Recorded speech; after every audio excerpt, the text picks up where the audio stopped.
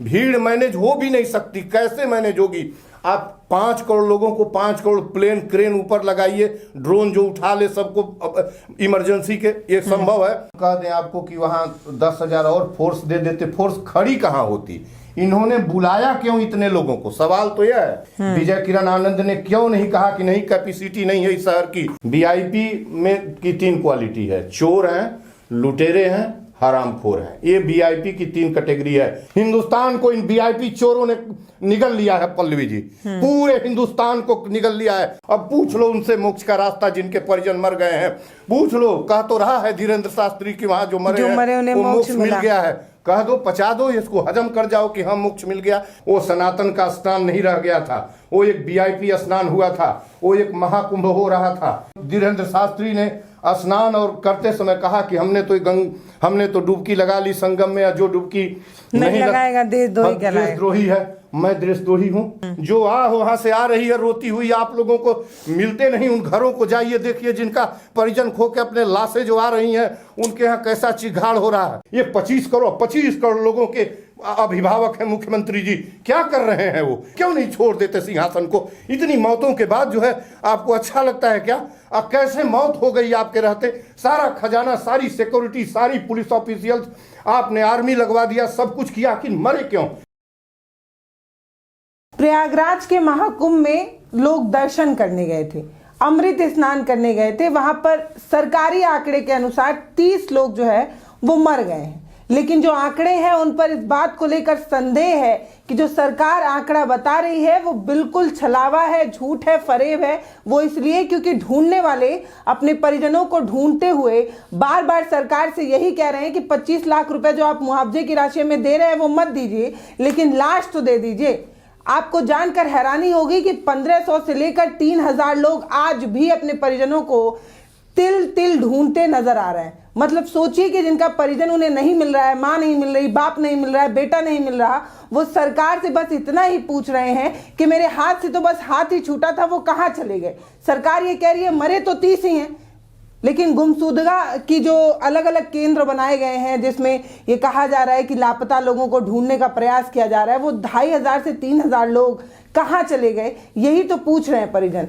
ये सवाल पूछने वाले तमाम लोगों को सरकार विरोधी और सनातन विरोधी बताने वाले लोगों से सिर्फ इतना कहना है कि आपके अपने नहीं बिछड़े हैं, इसलिए कहना बहुत आसान है। सरकार कह रही है कि सिर्फ एक जगह पर भगदड़ हुई, लेकिन तमाम न्यूज़ चैनलों ने अलग अलग जगहों की भी भगदड़ को जो है वो रिपोर्ट किया है। और ख़ास तौर पर झूसी वाला जो इलाका है, हमने खुद अपने चैनल पर कई लोगों की बाइट चलाई है जिसमें लोगों ने बताया कि झूसी में भगदड़ हुई थी और उसमें भी दर्जन भर लोग मरे थे, लेकिन सरकार मान ही नहीं रही। मतलब ऐसा है कि सरकार धृतराष्ट्र बन चुकी है, उसने अपने आंखों पर एक पट्टी बांध ली है, उसे देखना कुछ नहीं है, बस बोलना है। जैसे मोदी जी मन की बात करते हैं, वैसे उत्तर प्रदेश में योगी जी भी अपने मन की बात करेंगे और किसी की बात नहीं सुनेंगे, चाहे आपके अपने मिले ना मिले, आप रोते रहें, बिलखते रहें, लेकिन सच सिर्फ इतना है कि मरे तो 30 ही हैं, बस। ये जो सबसे पहले आपका बहुत स्वागत है। लोग बिलख रहे हैं, लोग कह रहे हैं हमारी माँ नहीं मिल रही, हमारे पिता नहीं मिल रहे, हमने अपने हाथों से, बस हाथ ही मेरा छूटा था, मैंने देखा कि वो कुचली जा चुकी हैं, मरी है मेरे सामने, लेकिन सरकार कह रही है हम तो बस 30 जानते हैं। ये जो आंकड़ों का जो झोल है, इसमें जो अपने जिनके खो गए हैं वो बार बार यही कह रहे हैं कि हमने देखा था, हमने हॉस्पिटल तक पहुंचाया था, मेरी माँ जिंदा है, मर गई है, इसके बारे में सरकार कुछ बताए, सरकार कुछ बता नहीं रही। ऐसा क्यों हुआ? आपको क्या लगता है कि सरकार ने, हमारी जो भी सरकार थी, योगी सरकार ने इतने लोगों को न्योता दे दिया जितनी उसकी व्यवस्था नहीं थी? मतलब चादर इतनी फैला दी, पैर इतना फैला दिया, चादर छोटी हो गई। मतलब इतने सारे लोगों को न्योता दे देकर, हर चौराहे पर बैनर टंगवा कर, हर न्यूज़ चैनल को इंटरव्यू देकर, अखबार के फ्रंट पेज में महाकुंभ, शाही स्नान करके बुलाया गया और व्यवस्थाएं कम थी। आपको क्या लगता है? शुक्रिया भारत एक नई सोच के एडिटर पल्लवी का कि एक जो है एक ऐसा विषय है जो दर्द भरा विषय है, बहुत ही दर्द भरा विषय है। जैसे कह रही हैं कि जिसके परिजन लेप्स हो गए हैं या मर गए हैं, डेड हो गए हैं, उनसे पूछा जाए कि उनके साथ क्या बीत रही है। बयान देना तो बहुत सरल है, इतना खोजा, इतना पाया, इतना नहीं मिला, लेकिन इस सभी बातों का हम आपका जवाब देंगे। लेकिन मेरा एक सवाल केवल ये है कि कुंभ आज से तो हो नहीं रहा है वहाँ। आज उस नहीं, ये वाला अलौकिक था ना, ये वो कुंभ तो होता रहा है। आता हूँ कितना अलौकिक था, अभी मैं बताता हूँ आपके जितने भी सुनने वाले हैं उनको बताता हूँ कि कितना अलौकिक ये आखिर इसका आयोजन क्यों किया गया। सवाल ये है, इसे महाकुंभ क्यों कहा गया। इसके पहले किसी कुंभ को महाकुंभ नहीं कहा गया। आपको पता होगा, हम हिस्ट्री के स्कॉलर हैं और हर्षवर्धन के समय से लगभग हम मान लें कि 7वीं सदी, तो 7वीं से लेके और ये जो है ये आपकी 25वीं जो 21वीं सदी का जो 5वां दहाई शतक वर्ष है, माने 2500 इधर 1700 उधर और 1700 और 300 लगभग 1900 साल पहले। ये एक एविडेंस है कि हर्षवर्धन प्रत्येक 5 साल पर वहां जाता था, प्रयागराज में निग्रह के लिए जाता था, आत्मोत्सर्ग के लिए जाता था, लेकिन फिर वो कुछ दिन वहां दान दक्षिणा देने के बाद फिर वापस चला आता था।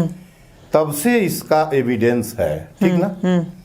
इस कुंभ का एविडेंस है। पहली बार इस कुंभ को महाकुंभ संबोधित किया गया, क्योंकि 144 साल बाद आया था। ऐसे रूटीन में 144 के पहले भी आया होगा। हमने बोला ना कि 1900 साल ये कुंभ हुआ है। और इस दौरान एक और यही हम इंक्लूड कर दें कि जैसे ये लोग कुंभ आयोजित किए कि ये महाकुंभ है और इलाहाबाद में आयोजित हो रहा है, और इस महाकुंभ में का नाम तो महाकुंभ आपने दिया, और दुनिया भर में जैसे आपने बताया समाचार पत्रों में हर जगह बड़े बड़े होर्डिंग्स लगे थे, इलेक्ट्रॉनिक होर्डिंग्स। जो हम गोरखपुर में है, मैं देख रहा था, एक तरफ योगी देश के नरेंद्र मोदी की तस्वीर, दूसरे तरफ योगी का तो होस्ट स्टेट है तो होना ही था उनका, ये होस्ट वही कर रहा था इलाहाबाद, और ये यूपी स्टेट का है तो योगी को करना था। बेसिकली इस महाकुंभ का आयोजन पॉलिटिकल कर दिया गया। भूखे भेड़िए और विशेषकर इस भारत के नरेंद्र मोदी, ऑनरेबल पीएम नरेंद्र मोदी की भूख, सत्ता की भूख और सत्ता में बने रहने की उनकी जो उनका विचार इच्छा है, उसका ये रिजल्ट था महाकुंभ। तो आप सीधे कह रहे हैं राजनीतिक भेंट चढ़ गए। कुछ नहीं, 30 लोग कम से कम सरकारी 30 लोग नहीं, 3000। अभी मैं बताता हूं कि किस तरह। तो ये जो पॉलिटिकल इवेंट क्रिएट किया गया महाकुंभ के रूप में, सत्ता की भूख मिटाने के लिए मौत का महाकुंभ आयोजन नरेंद्र मोदी की इच्छा अनुसार और होस्ट स्टेट के ऑनरेबल सीएम आदित्यनाथ ने संपादित कराया है। और इसका जो आप जो पूरा हमको पहले बता लेने दीजिए। अयोध्या में राम का प्राण प्रतिष्ठा मोदी ने किया था, और वह जो है 22 जनवरी को उन्होंने किया था। प्राण प्रतिष्ठा राम को जिंदा कर दिए, राम को पैदा कर दिए, प्राण डाल दिए, लेकिन अयोध्या सहित पूरे देश से सीट कितनी आ गई? 242 आ गई। तो ये समाप्त हो चुके थे, पतन इनका हो चुका था, और मोदी को तलाश थी। 2024 का चुनाव हुआ है जब मई में, तो उसी चुनाव के बाद इन लोगों ने जब भारी पराजय हो गई तो अब एक दूसरा जगह इनको खोजना था, एक ऐसा इशू जगह खोजना था। यूपी में ही सबसे बड़ी पराजय हुई थी, कुंभ लग रहा था। तो ये आइडिया नरेंद्र मोदी का है। सारे स्तंभ जितने भी डिस्प्ले हो रहे थे पब्लिक एडवर्टीजमेंट के लिए, उस पर एक तरफ न, उस पर न जाने क्या क्या महाकुंभ, अमृत स्नान, ये तर जाइए, वो मुक्त हो जाइए, एक एक स्लोगन हर मिनट पर पट्टियां उसमें बदलती हुई बड़े बड़े चौराहों पर। हम कहते हैं कि उस पर 1 ही रुपये का खर्च हो। इलेक्ट्रॉनिक डिस्प्ले था, हमेशा वो चलता था 24 घंटे। न जाने कितने रुपए हमारे पेट के, हमारे शिक्षा के, हमारे कर के, गरीबों की कमाई का। नरेंद्र मोदी को किसने कहा था कि आप इस तरह का ये अंधविश्वास पाखंड का एक अयोध्या में आपने किया? मैं आपका चैनल प्रमाण है कि मैं उस 22 जनवरी को अपने घर में सत्याग्रह कर रहा था, जहां आप वीडियो करने, आप हमारा इंटरव्यू लेने गई थी। वहां दिन भर पुलिस घेरी रही। जिस पाखंड के तरीके से हिंदुस्तान को नरेंद्र मोदी ले चलने की कोशिश कर रहे हैं, हिंदुस्तान वो कभी नहीं था। यहाँ कुंभ पहले भी होता था, सदियों से कुंभ होता आया था। ऐसे कुंभ नहीं हुआ था जिस तरीके से इन्होंने कुंभ। तो एक तो ये नरेंद्र मोदी की सत्ता में बने रहने की उनकी जो इच्छा है, जो उनका नजरिया है, उसका ये परिणाम था। दूसरे प्रश्न पर मैं यह आता हूं कि आखिर ये कुंभ जो है, आखिर ये कुंभ क्यों आपने उस इलाहाबाद में कराया। दूसरा बहुत महत्वपूर्ण बात है कि इस पर आने के पहले मैं बता दूं कि जब महाकुंभ का आयोजन इन्होंने कर दिया तो उस महाकुंभ के पीछे एक और काम किया कि हिंदू मुस्लिम अयोध्या में तो बांटने की कोशिश किए, तो मिट्टी में मिल गए थे, मिट्टी में मिल गए थे। कुंभ तो इनिशियल स्टेज से ही अयोध्या में तो चलिए किसी को आने का, किसी को वो नहीं था, जो भी आएगा आएगा, जिसको मनाही नहीं थी। लेकिन कुंभ में यह तय हो गया था कि मुस्लिम्स की दुकानें, होर्डिंग्स, उनके स्टॉल, चाय पानी खाने की जगहें क्या होंगी, नहीं लगेंगी। यह तय हो गया था। तो जो इन्होंने प्रारंभ से ही कहना चालू किया कि उसमें मेले में मुसलमानों की दुकानें, उनका आना वर्जित है। आना तो वर्जित, बाद में इनका हवा हो गया, गैस इनका खत्म हो गया। मैंने चिट्ठी लिखी और 9 जनवरी को मैं कहा कि नहीं, मैं हाई कोर्ट के पर तिरंगा लेके रहूंगा। इसी 9 जनवरी को इनको 5 को हमने नोटिस दिया, सीएम को और सबको नोटिस दिया। और इसके बाद 8 को इन्होंने पूरा हमारा घर पुलिस से घेरवाया। मैं चल के पूछता उस इलाहाबाद में ऑनरेबल कोर्ट के नीचे जो जिस तरीके से नफरत फैला के कुंभ चलेगा और कोई उसका नतीजा बाद में जो आएगा वो आएगा। इन्होंने बाकायदा बैन किया उस इलाहाबाद में मुसलमानों को उस महाकुंभ में। अब महाकुंभ शब्द इधर नहीं बोल रहे हैं, महाकुंभ का इनका जो दफन कर लिए हजारों लोगों को, अब ये बोलने वाले नहीं है। उस महाकुंभ के अंदर मुसलमानों की एंट्री कर दी गई। उस महाकुंभ में, उस इलाहाबाद के महाकुंभ में एंट्री की गई। जो महाकुंभ और इलाहाबाद और जिस प्रयागराज को 190 सालों तक अंग्रेजों ने अपने पैरों तले कुचल के रखा हुआ था, गुलामी के जूते के नीचे रखा था, तब इनके चिंटू मिंटू और ये जो नस्ली भेद पैदा करने वाले जो हिंदुस्तान में निकले हुए हैं, नस्ल और भेद पैदा करके, आप नस्ल पर आधारित और कास्ट पर आधारित भेद पैदा करके हिंदुस्तान चलेगा क्या? कुंभ इसके पहले नहीं होता था? मैं किससे पूछूं कि सनातन का कुंभ में महाकुंभ नाम देकर और मुस्लिम्स को बंदिश किसने लगा दी थी? क्यों लगाई थी? क्या कानून इसकी, क्या संविधान इसकी अनुमति देता है? क्या परंपरा हमारी इसकी अनुमति देती है? मैं आपको बता दूं कि इन्होंने बैन किया और उसके बाद इस कुंभ को मैसेज देने की कोशिश की। अब बाकायदा बताया, ऑनरेबल जो सीएम ने बताया कि 40 लाख, और कई बार तो उन्होंने भी कहा कि इससे ज्यादा भी संख्या हो सकती है, करोड़ संख्या हो सकती है कुंभ में आने वालों की। 27 लाख करोड़ वोटर उसमें पहुंचते। आप उस कुंभ के माध्यम से मैसेज देना चाहते थे, एक ऐसा स्पॉट का प्लेस कुंभ को बनाना चाहते थे जो आने वाले चुनाव के पूर्व जो है साफ भेद करके और जो है चुनाव लड़ना। और 40 करोड़ लोगों को बुला रहे हैं आप। और अब मैं आता हूं कि 40 करोड़ लोगों को बुलाया क्यों आपने उस इलाहाबाद में? जिसको मन होता वो जाता, नहीं पल्लवी, इतना ही प्रश्न नहीं है, आप इसको छोटा कर रही हैं। ये आपने साइंटिफिकली क्राइम किया है, वैज्ञानिक रूप से क्राइम किया है। ये साइंटिफिक क्राइम है, आपका सोचा समझा हुआ वैज्ञानिक। जिस बोरे में हम कह रहे हैं कि 50 किलो भूसा अट सकता हो, उस बोरे में आप कुंटल भर भूसा कैसे डाल सकती हैं? कैसे रुकेगा? वो बोरा फटेगा। जिस इलाहाबाद की कैपेसिटी पेरीफरी, इंक्लूडिंग पेरीफरी मतलब झूसी लेके, उधर जो है एक्सट्रीम उसका जो एग्जिट पॉइंट है कौशाम्बी का, वो लेके, फिर इधर लखनऊ के तरफ जो उसका इंटीरियर है उसको लेके, तो जितना भी पेरीफरी लेके और कैपेसिटी है स्टैंड बाई में कहिए या एक आध गाड़ियों के साथ कहिए, 20 से 25 लाख की है। 20 से 25 लाख लोग इलाहाबाद में खड़े हो सकते थे, चल सकते थे, रेंग सकते थे।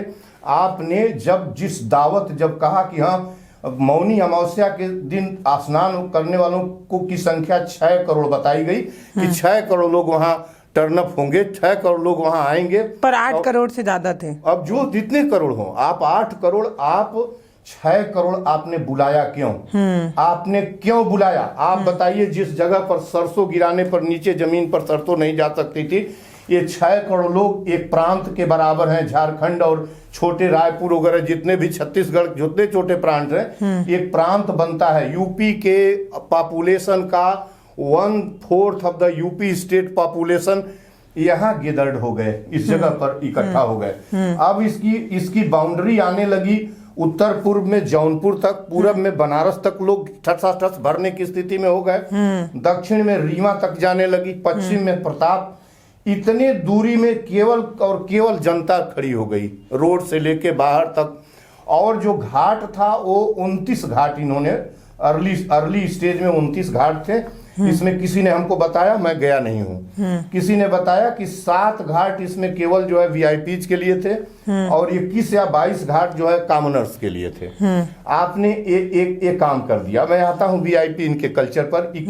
ये उस इलाहाबाद के अंदर चुनाव का रिहर्सल हो रहा था, ढोंग किया जा रहा था, पूरे मानवता का दफन किया जा रहा था। मानवता इलाहाबाद के अंदर मारी जा रही थी कुंभ के मेले में। क्या ऑनरेबल सीएम को ये नहीं पता चलता कि हाँ इस जगह पर इतने लोग कैसे इकट्ठा हो जाएंगे? कौन सा उनका सिक्योरिटी ऑफिशियल्स जब बिगड़ जाएगी, जब भगदड़ होने पर यहाँ कोई पहुंचने के लिए कोई आखिर पुलिस भी दौड़ के जाएगा, एम्बुलेंस दौड़ के जाएगी, कहां से जाएगी? रास्ता भी तो चाहिए। रास्ता भी तो चाहिए। अपने ही परिजन को उठाने के लिए मैंने जब भीड़ को देखा कि जो गिर गया, मैंने एक पोस्ट भी डाला कि मैं जब गिर गया उसको कोई पूछ नहीं रहा था, कोई पूछने वाला नहीं था, उसी का परिजन पूछने वाला नहीं था। ये मौत का मंजर, ये जो है अमनुष्यता का महाकुंभ, किसने आयोजित किया अमनुष्यता का महाकुंभ? क्या उसको पता नहीं था? और सबसे बड़े दोषी विजय किरण आनंद है, मेले के प्रमुख अधिकारी।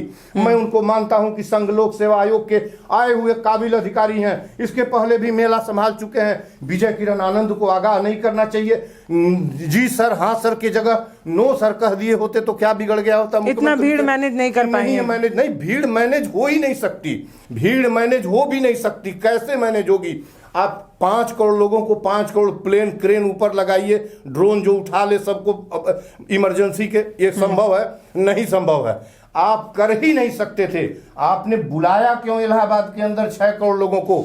आपने मौत का कुआं खोद कर उसमें गिरने की पूरी तैयारी कर दी। आपको पता था कि जब भगदड़ मचेगा और भगदड़ की स्थिति होगी तो किसी तरह से बचाया नहीं जा सकता। इस पूरे आयोजन के सोची समझी आयोजन थी। इनको ये पता नहीं था कि इस तरीके से ये भगदड़ मचेगा और लोग मर जाएंगे। कभी इन्होंने कोई नेगेटिव थोड़ी सोचता है। किसी को पता होगा क्या कि भगदड़ मच जाएगी, लोगों की जान चली जाएगी? नहीं सोचता लोग तो ये सोच रहे थे कि जो वहां पहुंचेंगे वो शाही स्नान करेंगे, अमृत स्नान करेंगे, घर लौट जाएंगे।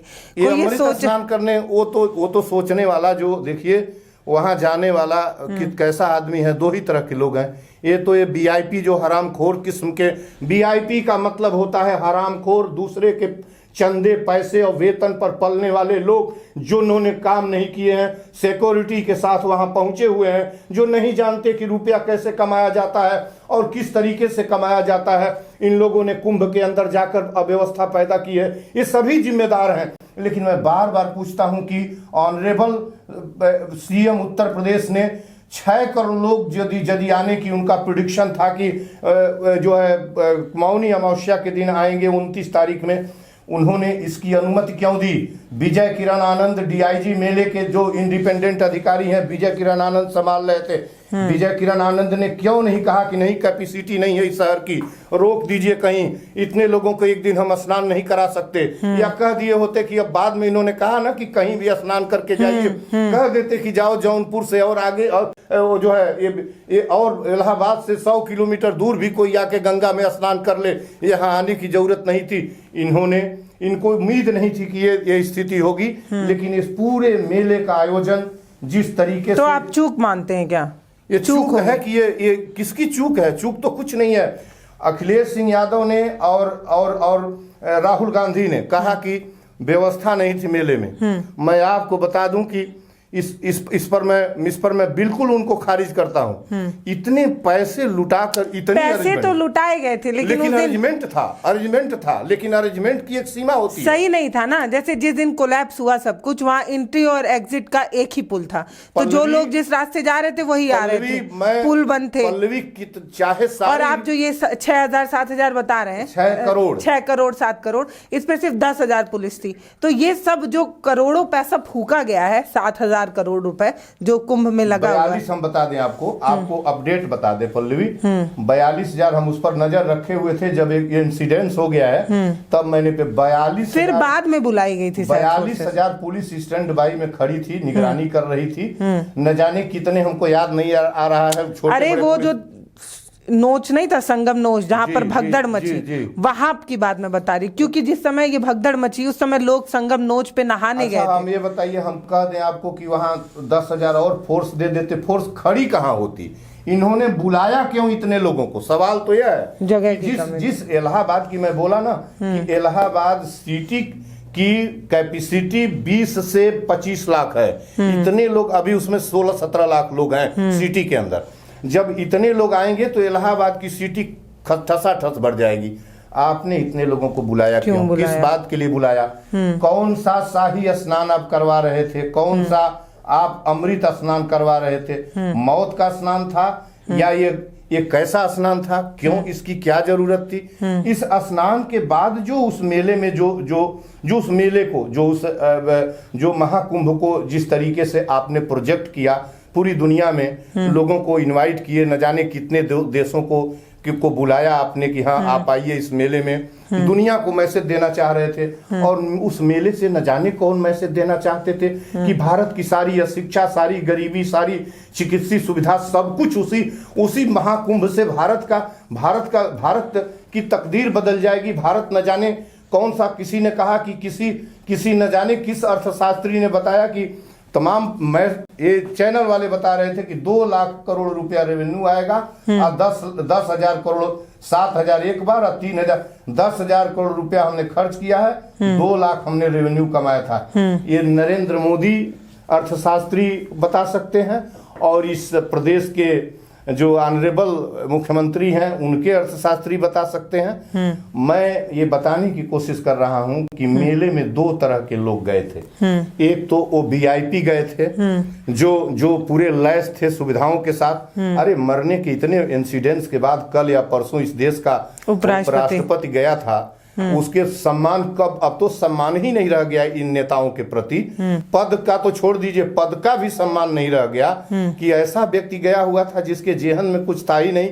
VIP स्नान करके क्या क्या उसको ये लगा ही नहीं कि यहाँ इतने लोग मरे हैं, जिनके बच्चे, जिनके माँ बाप जो बिछुड़ गए। उस मेले में 2 तरह के लोग गए थे। एक तो ये VIP गए थे, VIP जो चोर, हरामखोर, लुटेरे, 3 VIP में की 3 क्वालिटी है, चोर हैं, लुटेरे हैं, हरामखोर हैं। ये VIP की 3 कैटेगरी है। जिसको आपत्ति होगी, मैं सभी VIP की नहीं कहता, उन एक आध VIP को मैं इसमें से खारिज करता हूं, लेकिन सभी VIP की 3 कैटेगरी है। जिसको आपत्ति होगी वो हमारे ऊपर मुकदमा दर्ज कराएगा, न्यायालय में मैं जवाब दूंगा। हिंदुस्तान को इन VIP चोरों ने निगल लिया है पल्लवी जी, पूरे हिंदुस्तान को निगल लिया है। गरीबों की कमाई खा ली है इन्होंने। गरीब तरस रहा है, गरीब शिक्षा के लिए, चिकित्सा के लिए, रेल के लिए 3-3 गुना 4-4 गुना इन चोरों ने वो बढ़ाई है, किराए बढ़ाए हैं। जिस जगह पर फीस 7,000 रुपए थी वहां 28,000 फीस जर्नलिज्म की ली जा रही है। फीस हाई कब किया? आटा, चावल, दाल, तेल, चीनी, दूध, दही, दवा पर टैक्स लगाया। निजी गाड़ियों पर टोल टैक्स लगाकर चमड़ी और पेट खींचने वाली ये हिंदुस्तान की VIP कल्चर, ये चोर और लुटेरे हैं और इन हिंदुस्तान को निगल रहे हैं सीधे। इसलिए मैं कहता हूं कि 2 गए थे, चोर, लुटेरे, VIP वाले जो सुविधाओं से युक्त थे, जहाज से उतरते थे, VIP सूट में रहते थे, आगे पीछे ZY श्रेणी सुरक्षा दौड़ रही थी। और दूसरे वो लोग गए थे मेले में जो अनपढ़ हैं, नहीं जानते हैं कि मेला मौत, अशिक्षा, बेरोजगारी, गरीबी, भूखमरी और इसका तंग हाल का जगह है, वहां नहीं मिलता है किसी तरह का अमृतपान, वहां नहीं मिलता है स्वर्ग का द्वार, वहां नहीं मिलता है मोक्ष का रास्ता। मोक्ष का रास्ता तो तुम्हारे अपने पास है, तुम्हारे अपने माँ बाप हैं। अब पूछ लो उनसे मोक्ष का रास्ता, जिनके परिजन मर गए हैं, पूछ लो। कह तो रहा है धीरेन्द्र शास्त्री की वहां जो मरे हैं वो मोक्ष मिल गया है। कह दो, पचा दो, इसको हजम कर जाओ कि हाँ मोक्ष मिल गया। जिनके बच्चे मरे हैं वो जानते हैं। दूसरे तरह के लोग वह गए थे जो नहीं जानते कि वहां मौत का मंजर इकट्ठा किया गया है, वहां हम क्या करने जा रहे हैं। वो सनातन का स्नान नहीं रह गया था, वो एक वीआईपी स्नान हुआ था, वो एक महाकुंभ हो रहा था, वो नहीं जानते थे। ऐसे लोग गए थे।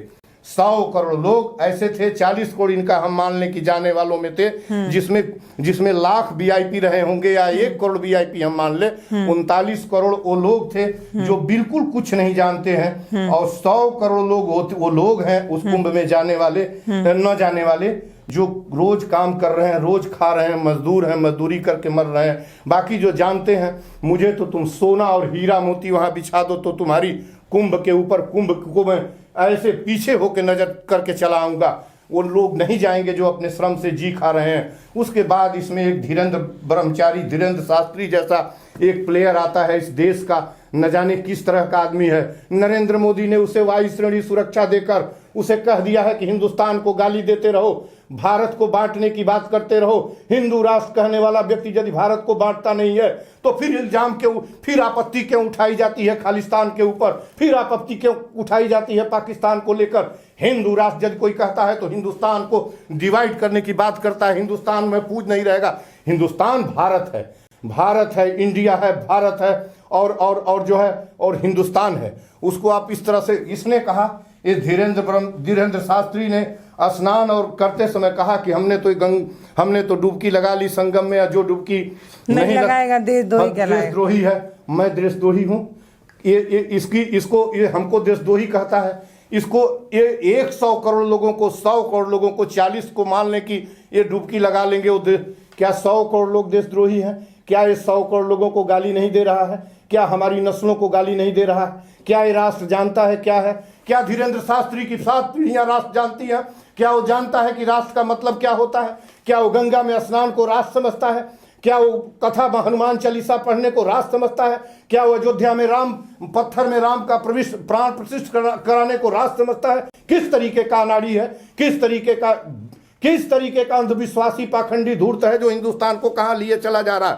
मैं उसको कहने की कोशिश कर रहा हूं कि अपनी जिह्वा बटोर ले। ये मुल्क है, ये गांधी का, भगत सिंह, अंबेडकर और कलाम का मुल्क है। ये 142 करोड़ लोगों का मुल्क है, जिसमें हर मजहब और हर कास्ट के लोग रहते हैं। तुम किस तरह की बात करते हो? इसको वायु श्रेणी सुरक्षा देकर हिंदुस्तान को गाली देने का जिम्मा सौंप दिया गया है। इसको वायु श्रेणी सुरक्षा छीन लीजिए, अभी इसकी जिह्वा सड़क के ऊपर लोग खींच लेंगे। जेड श्रेणी, डबल जेड श्रेणी सुरक्षा लेकर आप नफरत फैला रहे हैं हिंदुस्तान के अंदर।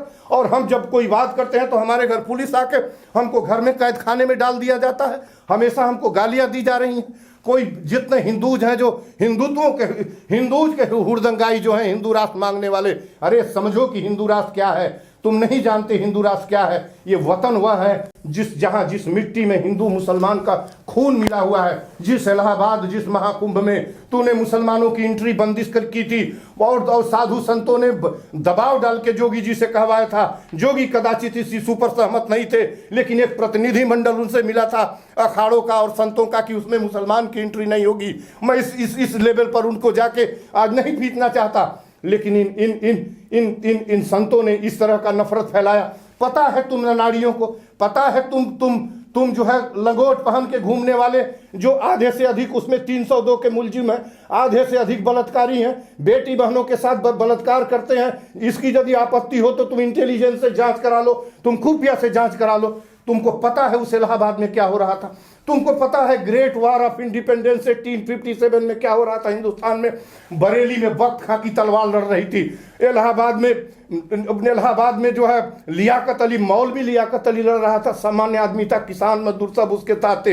हिंदू मुसलमान एक साथ लड़ रहे थे। तुम्हारी बाप का है क्या कोई जागीर? इलाहाबाद में नफरत क्यों फैलाया गया? ये नफरत के का ये नतीजा है पल्लवी जी। जो इलाहाबाद में कुछ सब हुआ है, नफरतियों ने एक साथ इतने लोग जुटाए, एक साथ सभी हिंदूज को, मुसलमानों को किनारे करके कि हम दिखा दें कि देख हिंदुओं की ताकत कितनी है, ये देश हिंदुओं का है, हिंदू राष्ट्र है। ये बताने की कोशिश में आज इतने लोगों के प्राण गया है। इनके बाप का हिंदू राष्ट्र नहीं है, यह देश भारत है। इन नफरतियों से कहना चाहता हूं कि मोहब्बत का रिलीजन अडॉप्ट कर लो। ये 25 करोड़ लोगों के अभिभावक हैं मुख्यमंत्री जी, क्या कर रहे हैं वो? यदि उनको पसंद नहीं है कि हमको 6 करोड़ लोगों से हमारा कोई रिश्ता नहीं है तो क्यों नहीं छोड़ देते सिंहासन को? इतनी मौतों के बाद जो है आपको अच्छा लगता है क्या? अब कैसे मौत हो गई आपके रहते? सारा खजाना, सारी सिक्योरिटी, सारी पुलिस ऑफिशियल्स, आपने आर्मी लगवा दिया, सब कुछ किया, आखिर मरे क्यों आप? मैं देखिए पल्लवी जी, इस मौत के सबसे प्रधान अभियुक्त इस देश का प्रधानमंत्री है। इस देश का प्रधानमंत्री है जो महाकुंभ का आयोजन करके सारे जगहों पर, पूरे देश में बैनर और पोस्टर पर फ्लैप लगा हुआ था महाकुंभ महाकुंभ, और उस पर एक तरफ इनकी तस्वीर और होस्ट, चूंकि होस्ट सीएम होस्ट का प्रदेश है तो वो तो आयोजन करेंगे ही। और समान रूप से योगी आदित्यनाथ भी जोगी हैं। यही योग का धर्म है, यही योग का धर्म है। यदि आपका अंधविश्वास पाखंड, मैं कहता हूं अंधविश्वास पाखंड है, आप कहते हैं कि नहीं है, हम गलत बोल रहे हैं, तो जिंदा कर दीजिए उन मरे लोगों को। क्यों नहीं जिंदा कर देते? कैसे लोग मर गए? प्रयागराज कहां सोया हुआ था जो आपका ब्रह्म है, भगवान है जमीन के अंदर? न जाने किस प्रयागराज का बताने की कोशिश करते हैं। वो अल्लाह कहां था? वो सभी भगवान कहां थे जब इतने लोग और इतने बच्चे क्रश किए जा रहे थे, मर रहे थे? अरे अंधविश्वासियों, पाखंडियों, हिंदुस्तान को बचाओ। हिंदुस्तान ऐसे नहीं मिली है, गुलामी इसी अंधविश्वास, पाखंड, सामाजिक बुराइयों से मिली थी, और आजादी प्राण देने से मिली है। महाकुंभ हिंदू मुसलमान के नफरत की की पराकाष्ठा वो महाकुंभ थी। उसका आयोजन दूसरी नियत से किया गया था।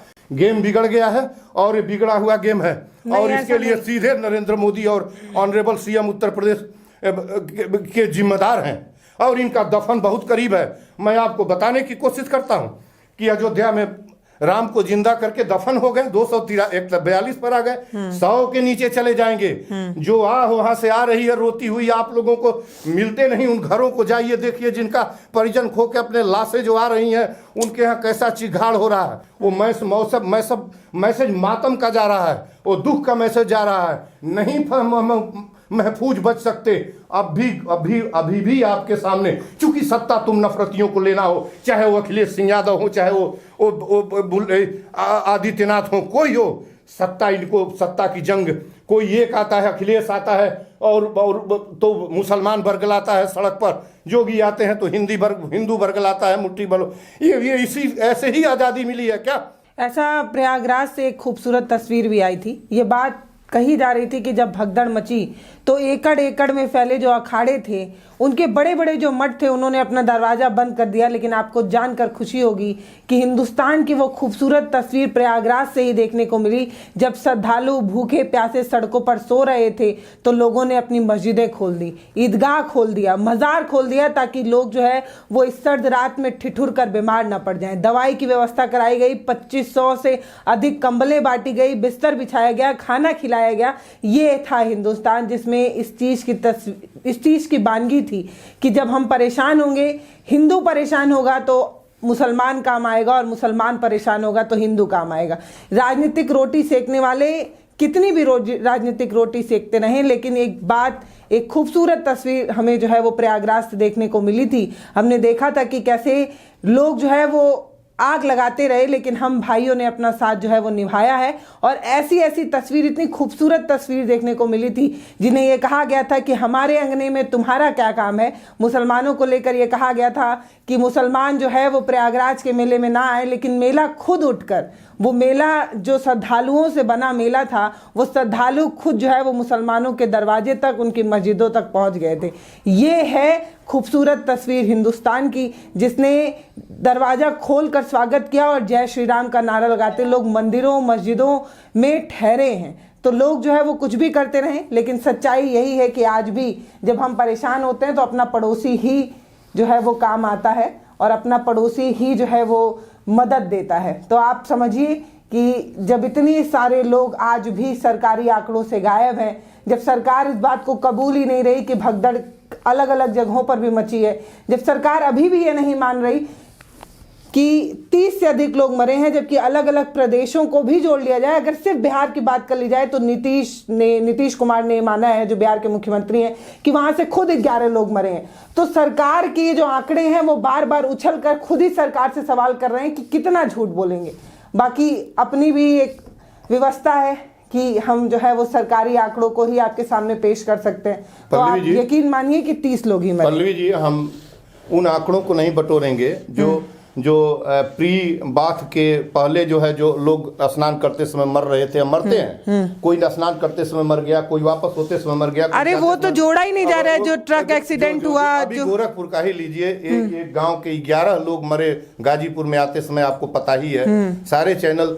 तो ये संख्या मरने वालों को आफ्टर और प्री, जितने भी बाथ के पहले और स्नान के बाद के जितने भी इंसिडेंट्स हुए, उसको गिना ही नहीं जाने कितनी संख्या जाएगी। और हमने 2-2, 3-3 चैनलों पर, और संजय जी का 4 PM आता है, उस पर मैंने और तमाम चैनलों पर देखा कि ये संख्या 3000 दिखाई जा रही है। 30 नहीं, 3000 दिखाई जा रही है। ये मेरे आंकड़े नहीं है। जिनको इन बातों को तहकीकात करना होगा, वो चैनल खोलें, इनके मीडिया के सूत्र, और तलाशें, और कुछ न तलाशें, नफरत छोड़ दें।